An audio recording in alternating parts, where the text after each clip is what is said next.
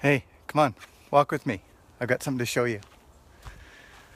I'm out for a little walk here in the forest. You know, this year there's been a lot of wildfires, and that's resulted in a lot of damage around the world, but especially here in North America. But there were some big fires over in Europe and Australia as well. And there's a couple of things that we can do that will help us really reduce the risk of major catastrophic damage and losses that we get from wildfires. They're going to happen, but there's a couple of things we can do. And first of all, I just want to show you here, standing behind me, you see this here, this is a fire-dominated ecosystem. It's a Douglas fir forest, okay? And this forest is adapted to have frequent low intensity ground fires. And you can see here that what's been happening is that with the predominance of a lot of wildfires around here, there's not much on the ground, there's not much fuel, there's just the trees, and everything else is burned off in the last fire. And because the fire has been repeating, there's not a lot of brush either.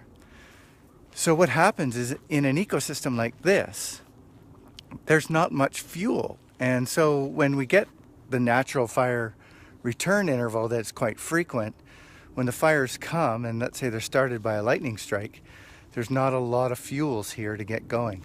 The problem that causes a really bad fire is when the fire gets from the ground up into the canopy, okay? And once it's up in the canopy and starts crowning, then it takes off, and then it becomes very, very difficult to put out. So naturally, fire would have been burning in this Douglas fir ecosystem every 3, 5, maybe as long as 15 years. Small, low-intensity ground fires clearing off the brush and all of the fuels on the ground. In fact, when the European settlers came a couple hundred years ago to Western North America especially, they noted the absence of brush. And that's because these fires were burning. But in the last century especially, but even mostly in the last 50 years, we've been fighting fire really aggressively.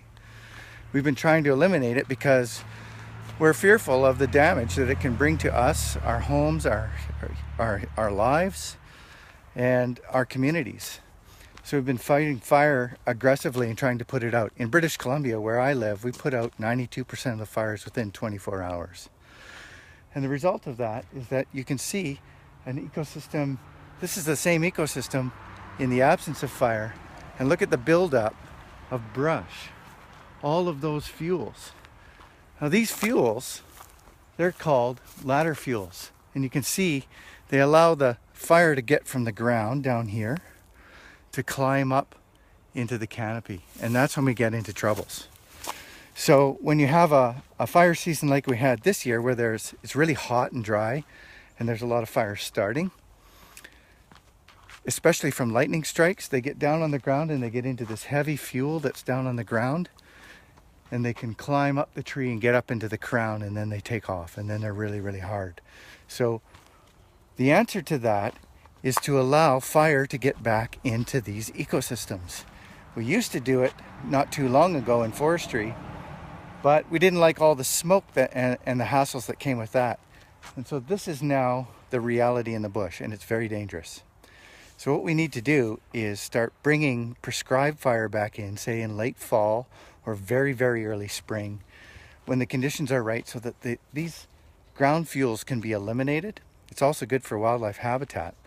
So all these fuels can be eliminated, and the risk of a catastrophic fire event goes way down.